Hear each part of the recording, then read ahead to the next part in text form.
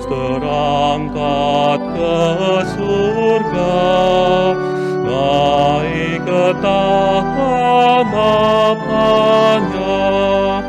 Para malaikat menyembah sambil berlagu nan merdu, Hosana, Hosana, agunglah namanya. Sembahlah Sang Raja penakluk nan jaya. Marilah bersujud dan tunduk padanya. Pujilah Sang Kristus, pujilah namanya. Selamat pagi Bapak Ibu Saudara-saudari sekalian. Selamat pagi. Pada hari ini gereja sejagat merayakan pesta kenaikan Tuhan kita Yesus Kristus ke surga. Itu mengisyaratkan satu tonggak iman yang kokoh dan kuat untuk kita. Yesus kembali ke tempat dari mana ia berasal dan juga menunjukkan jalan untuk kita semua bahwa semua kita akan ke sana suatu saat kelak. Dan di hari ini juga teman-teman saudara-saudari kita yang beragama Islam merayakan pesta Idul Fitri, kemenangan dari perjalanan puasa mereka selama sebulan yang telah silam. Karena itu kita berdoa semoga dengan Idul Fitri yang dirayakan hari ini mendatangkan damai dan sukacita untuk kehidupan sosial bermasyarakat dan teristimewa untuk damai dan sukacita bagi saudara-saudari kita yang Islam. Saudara-saudariku, pesta kenaikan Tuhan Yesus pada tahun ini bersamaan sekali dengan pesta Idul Fitri bagi saudara-saudari kita yang Muslim.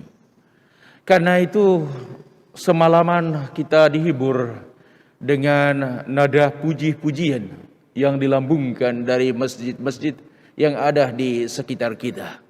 Mau mengingatkan satu hal bahwa Allah adalah Akbar. Dia senantiasa merajai dan menguasai hidup kita. Dan pada hari ini kita umat Kristiani, umat Katolik merayakan pesta Yesus naik ke surga. Kenaikan Yesus ke surga mengisyaratkan bahwa semua kita suatu waktu kelak akan ke sana. Karena Yesus kembali ke asal dari mana dia datang ke dunia ini. Kalau Yesus kembali ke surga dan juga menunjukkan jalan untuk kita suatu saat kita akan ke sana, maka pada hari ini kita diingatkan kembali siarah kita, hidup kita di dunia ini hanya sementara saja sifatnya. Dan karena itu kita sudah tahu kemana kita akan pergi, tujuan yang mau kita capai sesudahnya, yakni kembali ke asal dari mana kita berasal. Kita semua adalah ciptaan Allah, kita mengambil rupanya. Dan karena itu kita semua adalah utusannya untuk memberi kesaksian tentang kebaikan Allah dalam kehidupan konkret kita setiap hari. Karena itu saudara dan saudariku, kalau kita kembali ke asal kita kelak, maka yang kita butuhkan selama kita bersiarah di dunia ini yakni membina persatuan yang erat mesra dengan asal kehidupan itu, yakni Tuhan sendiri. Membina hubungan dan relasi itu mestinya kita bangun dengan cara-cara yang sanggup kita lakukan setiap hari. Misalnya melalui doa-doa kita, melalui amal kasih dan juga bela rasa yang kita lakukan, dan juga melalui tutur kata, sikap, dan segala sesuatu yang kita hidupi dalam keseharian kita. Itulah proses, itulah perjalanan dan persiapan kita untuk bisa bersatu kembali dengan Allah yang adalah asal dan tujuan hidup kita. Narasi tentang Yesus naik ke surga itu memukau. Karena di saat Yesus naik ke surga disaksikan oleh para muridnya. Coba kita bayangkan, andaikan waktu itu kita juga hadir di sana. Seperti kita menghantar teman-teman kita yang akan bepergian, atau yang selesai kunjungannya untuk mengunjungi kita. Entah kita menghantarnya ke mobil, menghantarnya ke dermaga, atau menghantarnya ke airport. Pasti kita menghantar orang yang kita cintai itu sampai dia benar-benar jalan, sampai dia benar-benar meninggalkan kita. Dan kesan di saat kita menghantar orang yang kita cintai itu bervariasi. Tergantung dari seberapa jauh kedekatan kita dengan orang yang kita hantar itu atau yang pergi meninggalkan kita itu. Perasaan yang umumnya yakni haru campur sedih. Sedih karena dia akan pergi. Lalu pengalaman yang kedua yakni ada harapan bahwa suatu waktu kontak kita dengan orang yang telah pergi atau meninggalkan kita untuk suatu kebaikan itu pasti akan terjalin kembali. Berhubungan dengan kebangkitan Yesus, hal manusiawi itulah yang dialami dan yang dilakukan oleh para murid. Yakni mereka melihat kemana Yesus naik itu. Mereka lihat ke atas. Maka dua malaikat tadi itu menegurnya, "Hei orang Galilea, kenapa kamu melihat ke atas? Dia telah kembali ke tempat dari mana dia berasal." Karena itu saudara-saudari, perasaan yang para murid juga mungkin alami waktu itu yakni sedih. Karena secara fisik karya Yesus berakhir di dunia ini. Lalu yang kedua, harapan. Fase baru karya Yesus itu diberikan kepada para murid. Mereka akan melanjutkannya dan dikuatkan oleh Roh Kudus. Lalu yang ketiga yakni amazing. Takjub. Karena apa? Karena mengingat kembali semua kebersamaan yang telah lewat. Dan sekarang Yesus pergi. Lalu untuk itu saudara dan saudari, dalam seluruh perjalanan dan siarah hidup kita, kadang hal-hal manusiawi itu senantiasa menyertai kita. Maka di saat Yesus naik ke surga sebelumnya, ia sudah mempersiapkan para muridnya untuk menjadi saksi, untuk menjadi pewarta tentang apa yang Yesus pernah ajarkan dan lakukan, untuk kemudian dilanjutkan. Dan ia mengutus mereka untuk pergi menjadi saksinya sampai ke ujung dunia. Pertanyaan untuk kita, ujung dunia itu ada di mana? Ujung dunia itu saudara dan saudari adalah tempat di mana sekarang kita berada. Itulah ujung dunia. Artinya apa? Kalau kita sanggup untuk memberi kesaksian, mewartakan melalui cara hidup kita untuk orang yang kita jumpai setiap hari, di saat itu orang itu akan membaginya lagi kemudian dengan yang lain.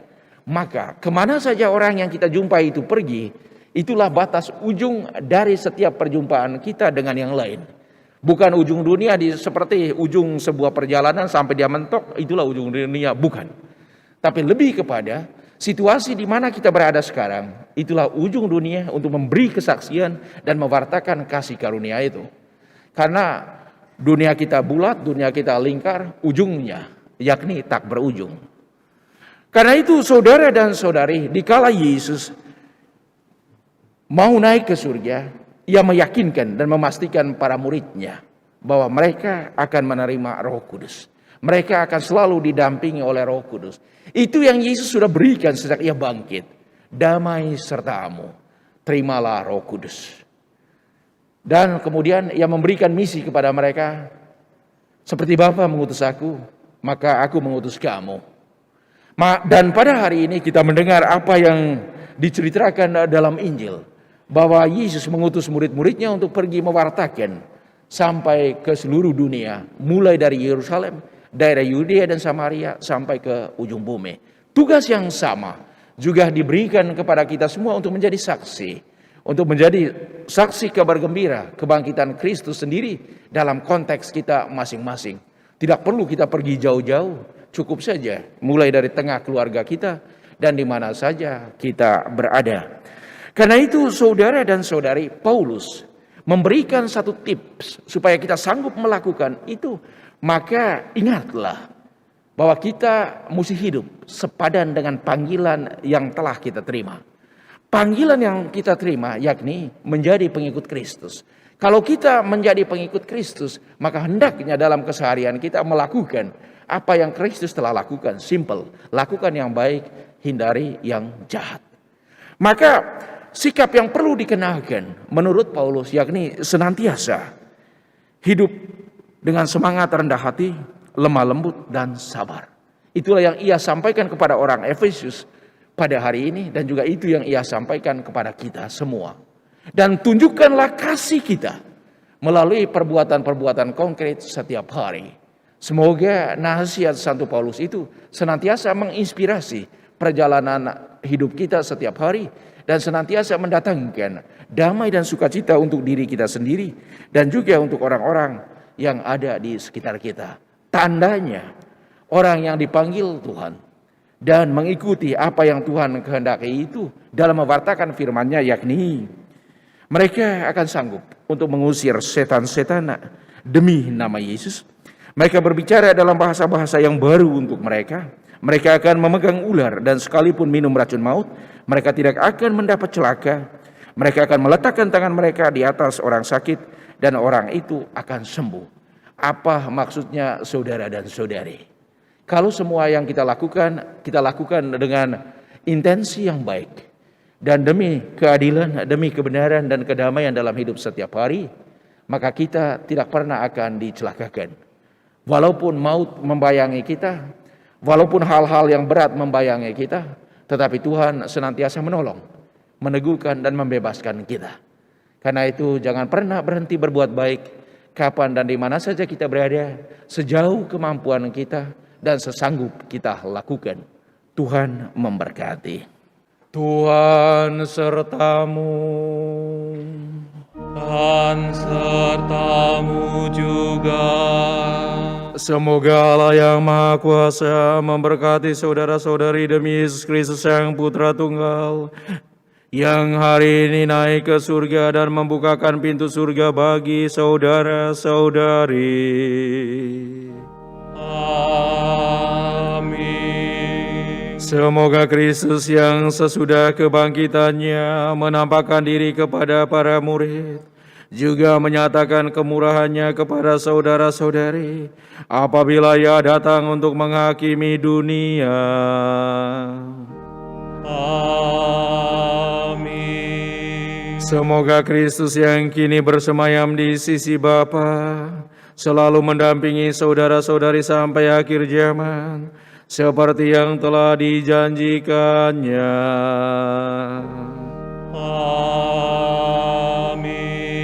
Dan semoga kita sekalian, seluruh usaha dan karya kita senantiasa diberkati oleh Allah yang Maha Kuasa, Bapa dan Putera dan Roh Kudus.